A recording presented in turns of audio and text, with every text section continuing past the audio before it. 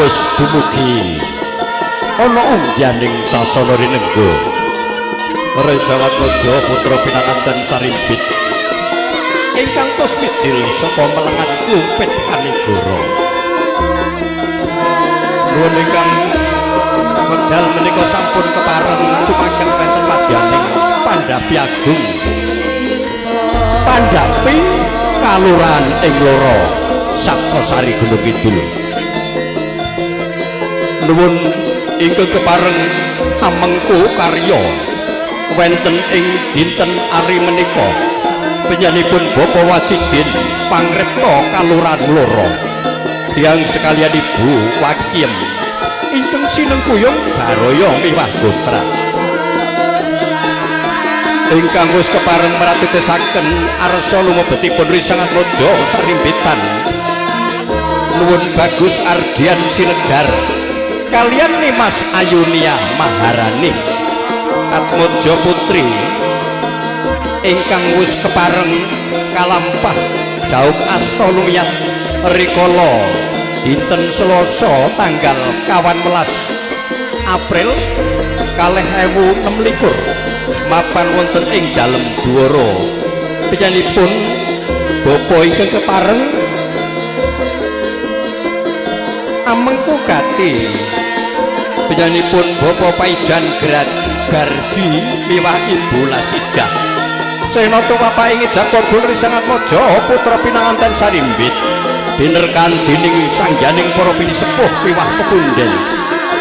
nakala semanten winantu ing suka Basukinir ing Sambekala ing panyuwun wusnya kalampah dauk asta lumiyat Bagus Ardian Siregar miwah Nia Maharani ing mangke sageta ngembat drayat ingkang sinebat sakinah mawaddah warahmah Allahumma amin sageta ngluhuraken asmanipun tiyang sepuh kekalih yanipun Bapak Wasidin Pangripta Kalurahan Loro sekalian Ibu Wakiem sinartan penyanipun Bapak Paijan Garji miwah Ibu Lasidah temah mangkih penyanipun Bapak Wasidin miwah Ibu sageta lono kenipun kagungan kekudangan dateng tiyang sepuh Risangan Raja putra pinanganten Sarimbit dinarubruk pinedhet dening sangjaning para kasepuhan kadang pisan sutresna ingkang tos wijil saking telatah melengan klumpit Kanigoro Saptosari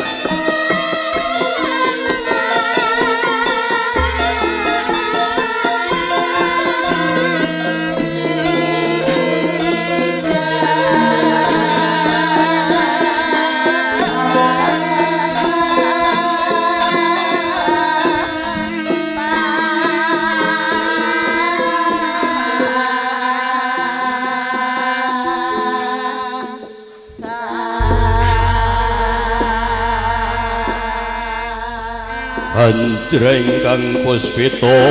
rum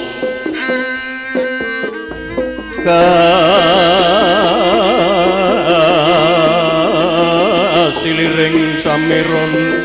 nomre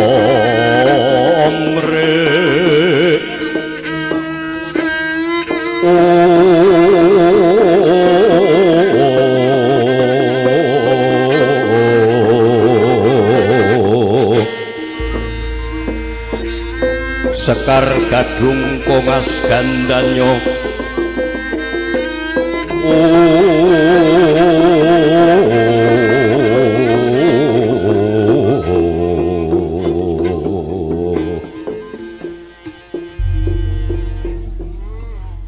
Assalamualaikum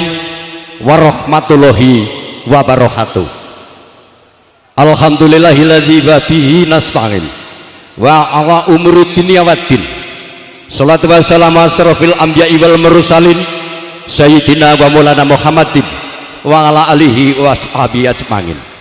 Rabbi sahri sadri wa yassirli amri wahlul 'uqdatam min lisani yaqau qauli hamawatu. Bini sepuh haji sepuh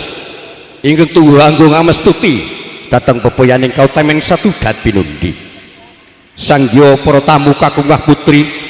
ingkang tudat kinurmatan Baroyo Agung penyanipun Bapak Paijan tiyang sekalian garwa Ibu Lasidah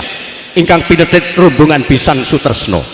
ingkang tuswijil saking melengan klumpit kanigara ing tumbah mbekber budi dharma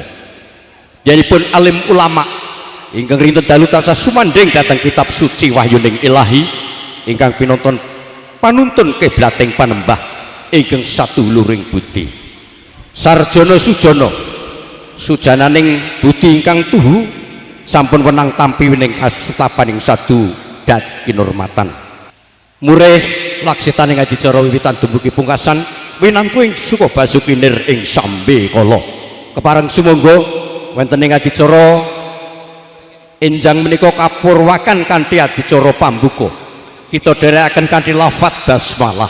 ewas semanten mbok wilujeng andika wonten ing kepareng hangrasuk agami sanes Islam kawicaksanan kasumanggaaken adicara pambuka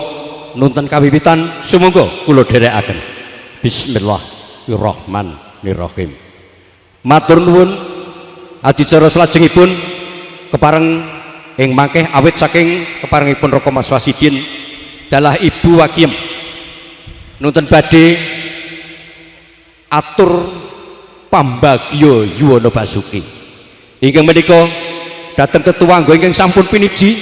ingkang winantung pakurmatan panjenenganipun Bapa Suhadi ingkang badhe nawung krida sasana wicara wekdal kacaosaken sumangga katur. Bismillahirrahmanirrahim. Assalamualaikum warahmatullahi wabarakatuh.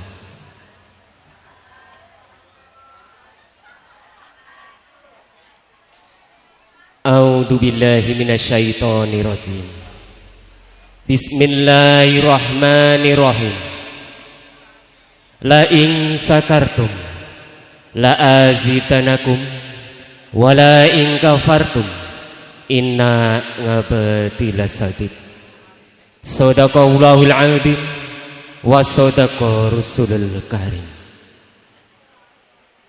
Nuwun trapsilaning atur kinarya amunggel kawi rinengga sagunging para lenggah winantu ing karaharjan tuhu linepatno ing deduka tinebena saking sawering sesendu liang panyendung kepareng kawula gempil kamardikan panjenengan sedaya ingkang katemben eca ugi sekeca anggenipun imbal wawan pangandikan wekdal kepareng kawula ginakaken matur inggih mundi dawuh timbalan panjenenganipun Bapa Wasidin sekalian Ibu kapurih ngaturaken atur pambagya harja Yuwana Basuki wilujeng amung mbok bilih anggen kawula matur ing sakmangke inggih awit purwa madya hingga wusana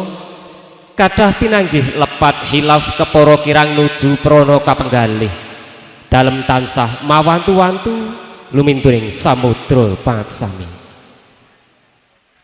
ingkang sepisan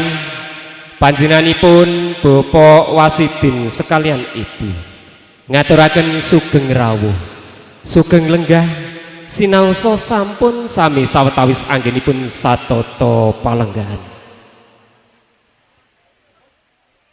kanthi atur saklajengipun nyuwun kenging papunten mbok bilih panjenenganipun Bapa Wasidin sekalian Ibu ndadosaken cuwoing manah inggih awit nampuh rawuh panjenengan sedaya mboten waget caos papan palenggahan ugi samukawisipun ingkang dadosaken suka rena ing penggalih pramila lumantar kawula estu panjenenganipun nyuwun kenging papunten kanthi saageng-agengipun namung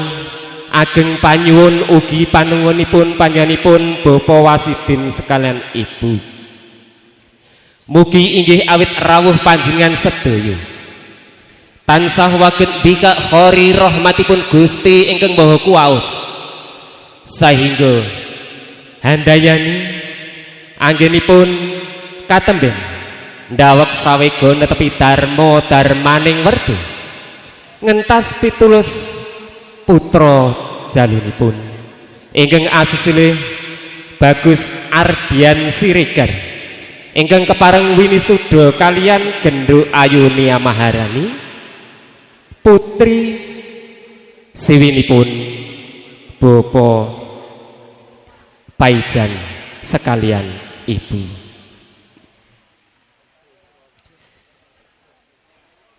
Wonten ngarsanipun sagunging para rawuh kakung Mbah Putri linangkung wonten ngarsanipun para pepunden sesepuh pinisepuh aji sepuh ingkang dahat kinabekten. Ugi wonten ngarsanipun para hanung-hanunging pamerintahan manggalaning agung pinangka pandam pandom pepanutaning para kawula dasih sarta asih ingkang dahat kinurmatan.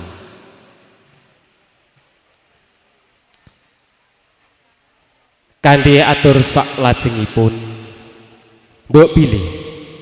ing sak mangkih panjenenganipun Bapa Wasidin sekalian ibu waget hangaturaken sasmita lumantar para kadang wiranen ingkang mawujud rumentaing barokatuhu pramila katur dumateng sagunging para rawuh kakung Mbah Putri kersa hangedhapi sasmita kanthi mardu mardi kaning penggalih ing panuwun sagunging para rawuh kakung Mewah Putri kasuwun hangestreni menggah lumampahipun walimah ngunduh mantu hingga paripurnanipun adicara mekaten sawetawis kawula matur estu kathah pinanggih lepat khilaf kepara singlar saking paugaring kautamen kawula tansah mawantu-wantu lumintuning samudra pangaksami kawula akhiri wabillahi taufik wal hidayah waridho walinayah wassalamualaikum warahmatullahi wabarakatuh. Wekdal katuraken kundur dumateng Kangmas panuntuning Titi Laksono matur nuwun. Matur nuwun awit babaring sabda pangendika saking piyanipun Raka Mas Wasidin ingkang miniji piyanipun Bapa Dukuh ing Gebang pring surat piyanipun Bapa Suwadi pisan malih katuraken genging matur nuwun awit sampun kalsembadanipun paring pengendikan atur pambagya Yono Basuki kunjuk rawuhipun yanipun Bapa Paijan tiyang sekalian garwa linangkung kadang pisan sutresna ingkang puswijil saking tlatah melengan klumpit kanigara sinartan atur Yono Basuki kunjuk andika Sangya Pratamu kakung Mewah Putri kasuwun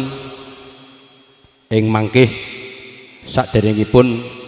adicara menika dipun lajengaken badhe kaseling saking para kanca-kanca paguyuban cokekan uyon-uyon Yogi Laras.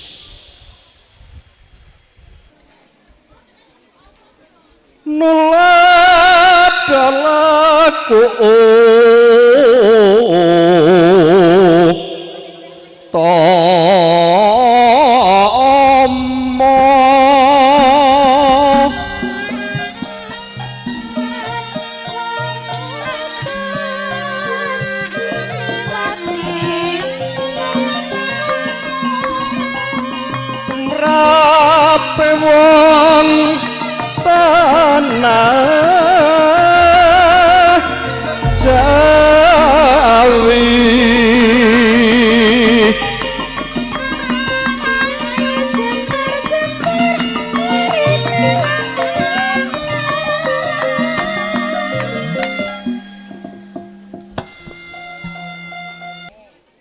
wong agung ngeksi gondo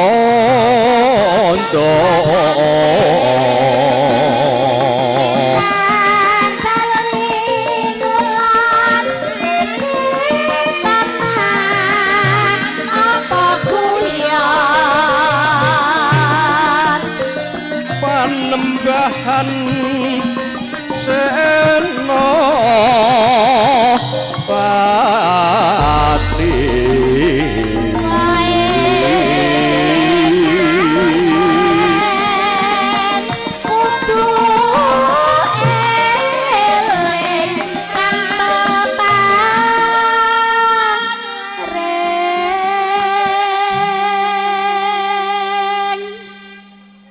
eleng-eleng kudu eleng kang peparing kang Mas Wasidin. Peparingipun Gusti sepinten kedah dipun syukuri. Ora ngira nek panjenengan ki jan nang kene dadi pangripta kelurahan. Wah. Kepati Hamar Suti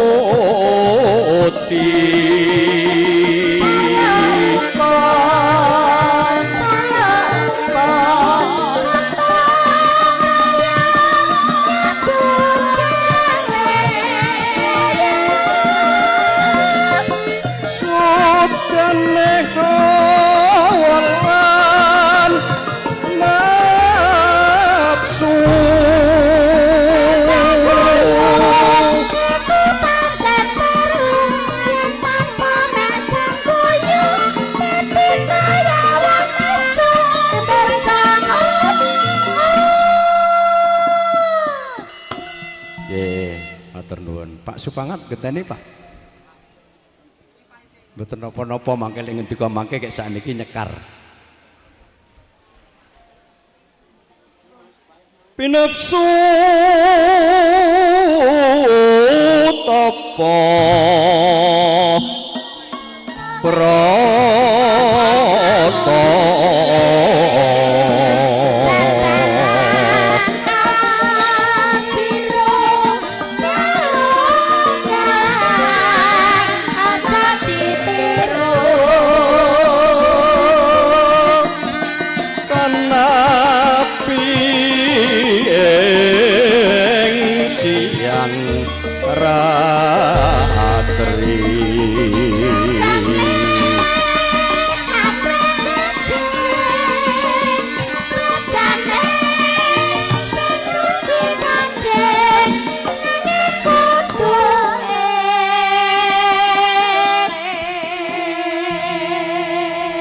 nyuwun pangapunten katur biyanipun Pak Bisan Sutresno.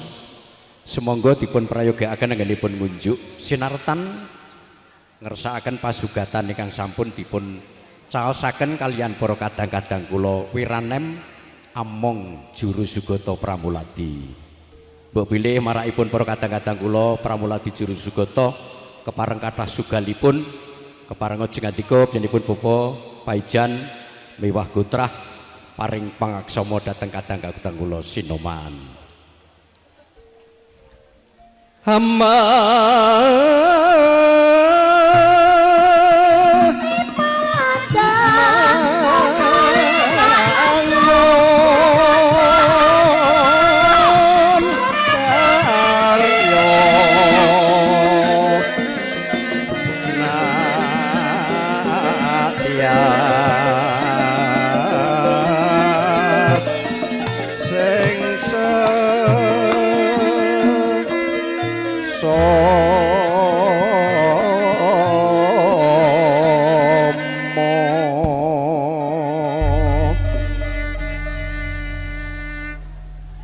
Matur nuwun.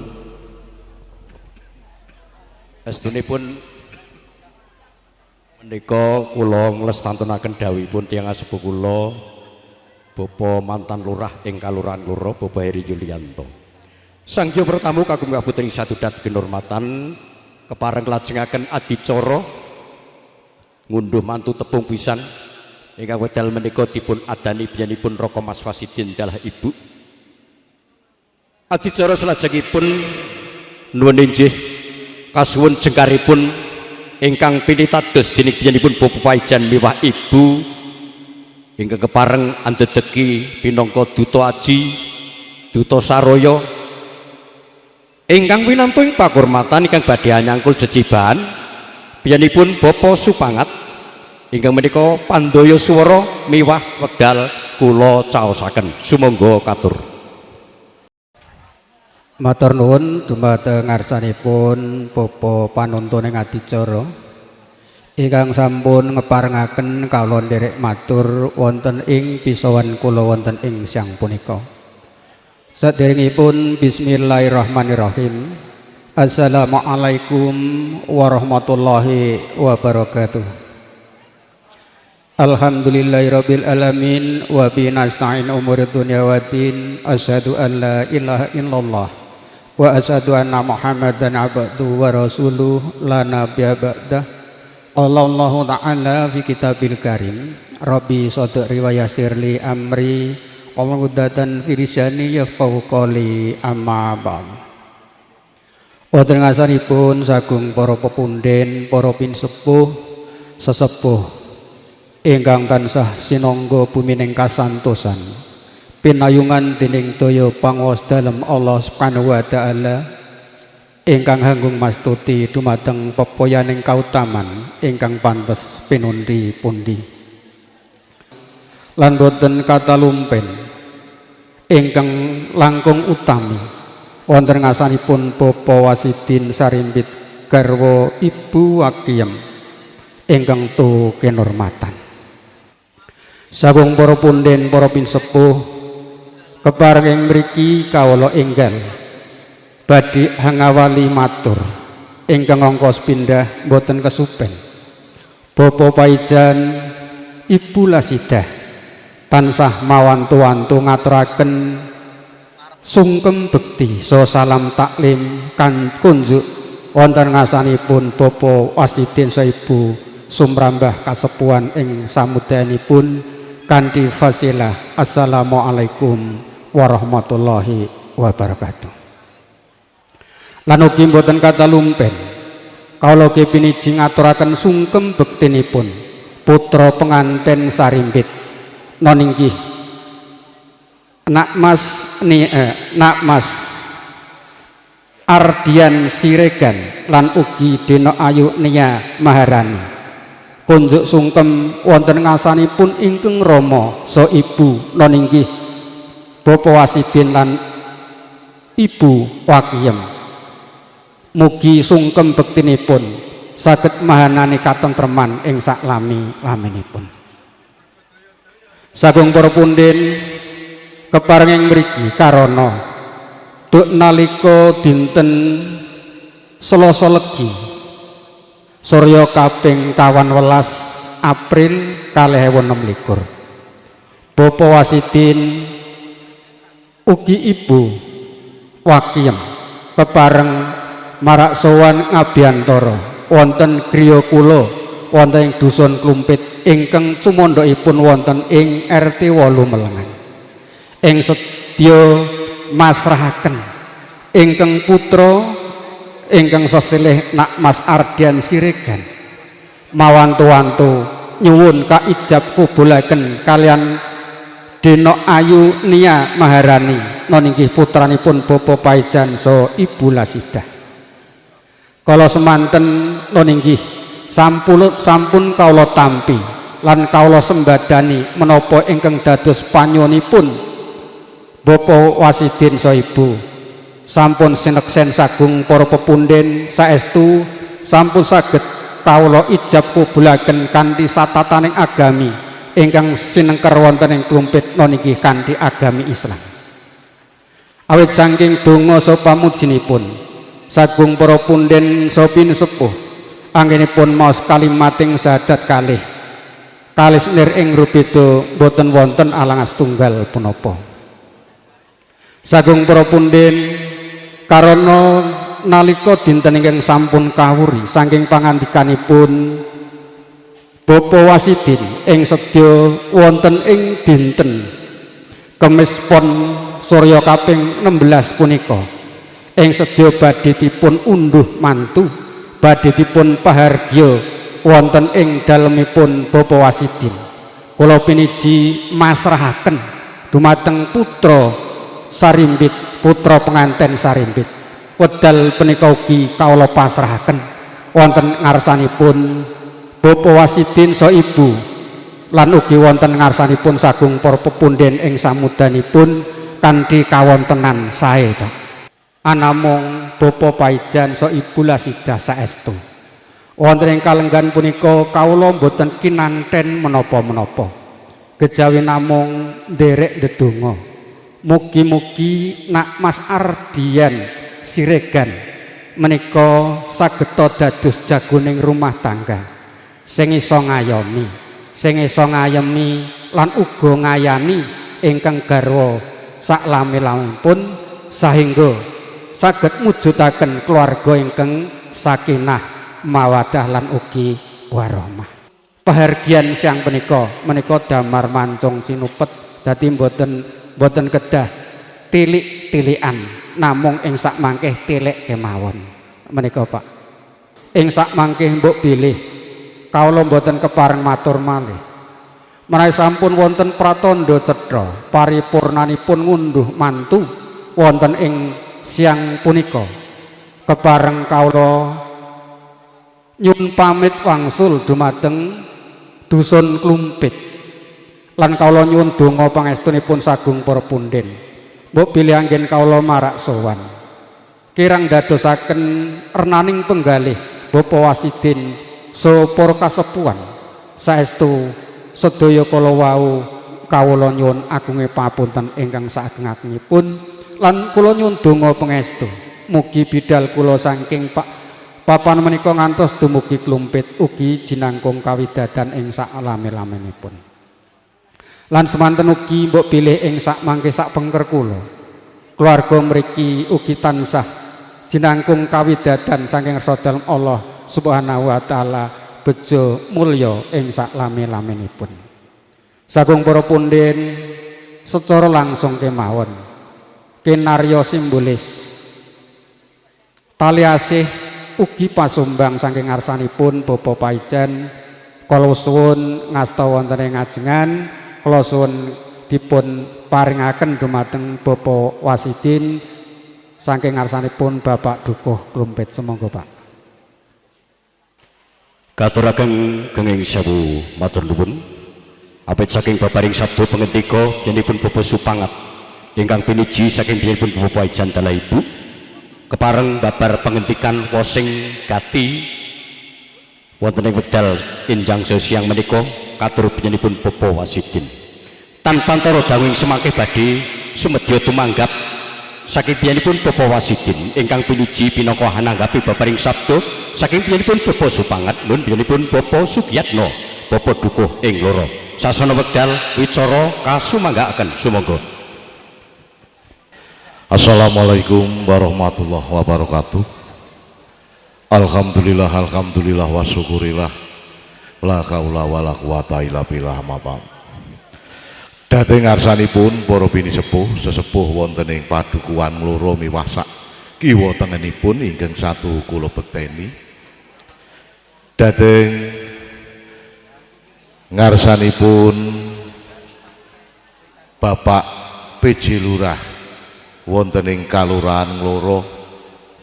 saha jenjang rawatipun ingkang minangka paku punjering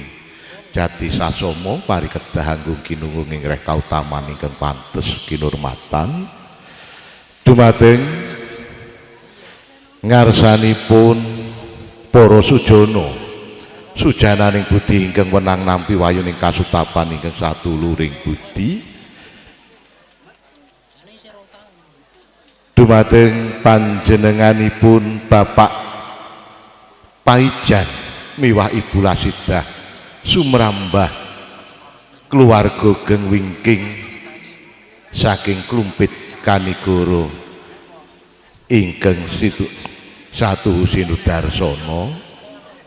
lumeberipun dhateng tamu undangan kakung Sumawono Putri ingkang dahat kalingga murdaning agrami kinarya purwakanipun saking Cundaka saking keluarga panjenenganipun Bapak Paijan miwah Ibu ngaturaken sungkem bekti wonten ing kalenggan punika tumadah deduka kula boten saged hanampi sungkem bektinipun panjenenganipun Bapak Paijan miwah ibu. Namung wonten ing kelenggan punika sungkem bekti kapasrahaken dhateng ngarsa dalem Allah taala. Kula sumarah pasrah kanthi pepuji dumateng panjenenganipun Bapak Supangat miwah ibu keluarga geng wingking saking Klumpit Kanigoro tansah manggih kabejan kamulyan mekaten. Dhateng ngarsanipun para lenggah ing kalenggan punika pangandikan ing ajeng sinartan uluk salah wonten ing kalenggan punika saking keluarga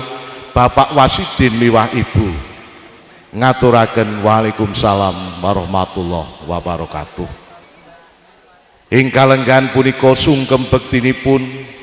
putra temanten sekalian saestu kula tampi ndadosaken mongkok birawaning manah tiyang sepuh nampi sungkem bektinipun putra temanten sekalian. Namung ing kalenggan punika panyuwun saking para pinisepuh mliginipun tiyang sepuh sekalian. Sungkem bekti punika ampun ngandhek wonten ing ladi nanging saged kababaraken wonten ing pakarti satemah ing mangkinipun gesangipun putra temanten sekalian tansah manggih rahayu lulus niring sambikala. Dhateng ngarsanipun para lenggah kakung Sumawana putri ing kalenggan punika matur nuwun sanget saking keluarga Bapak Wasidin miwah ibu dinten ingkang kapengker panyuwunipun saking keluarga dipun pinangkani putra kekalih sampun kacetha ing ajeng kaijab kabulaken rahayu mboten wonten alangan setunggal punapa saestu wonten ing kalenggan punika saha putra temanten sekalian rikala semanten kula hanyekseni anggenipun jumenengaken raja sehari wonten ing wewengkon Klumpit wonten dalemipun Bapak Paijan miwah ibu saestu ndadosaken bingah semanten anggenipun hangrengkuh anak kula pun Dian Siregar anggenipun bojo krami saestu kaaturaken agunging matur nuwun. Kala wau panjenenganipun Bapak Supangat sak paripurnanipun pasamuan punika kersa nyuwun pamit bodol saking palenggahan ing kalenggan punika saking keluarga Bapak Wasidin miwah ibu Wakiyem tebih saking raos panundung namung karana kawontenan saking keluarga Bapak Wasidin miwah ibu Wakiyem nderekaken sugeng kondur mugi rahayu mboten wonten durga mendhak kala sirna pinanggih keluarga kanthi ngremenaken. Namung pangestu miwah pamuji pangestu dhateng kadang pisan kasepuhan pamuji kadang kaniman katilarno mliginipun dhateng anak kula temanten sekalian lumeberipun dhateng Bapak Wasidin miwah ibu Wakiyem anggenipun netepi jejering asepuh wonten ing ri kalenggan punika tansah manggih kawilujengan boten wonten niring sambikala. Mekaten dhateng ngarsanipun para lenggah panampi saking keluarga Bapak Wasidin mbok menawi saking pribadi kula anggenipun nampi pangandikan saking panjenenganipun Bapak Supangat singlar saking tata krami saestu kula kanthi nuraga nyuwun lumunturing sih pangapunten. Mekaten kula akhiri wassalamualaikum warahmatullahi wabarakatuh.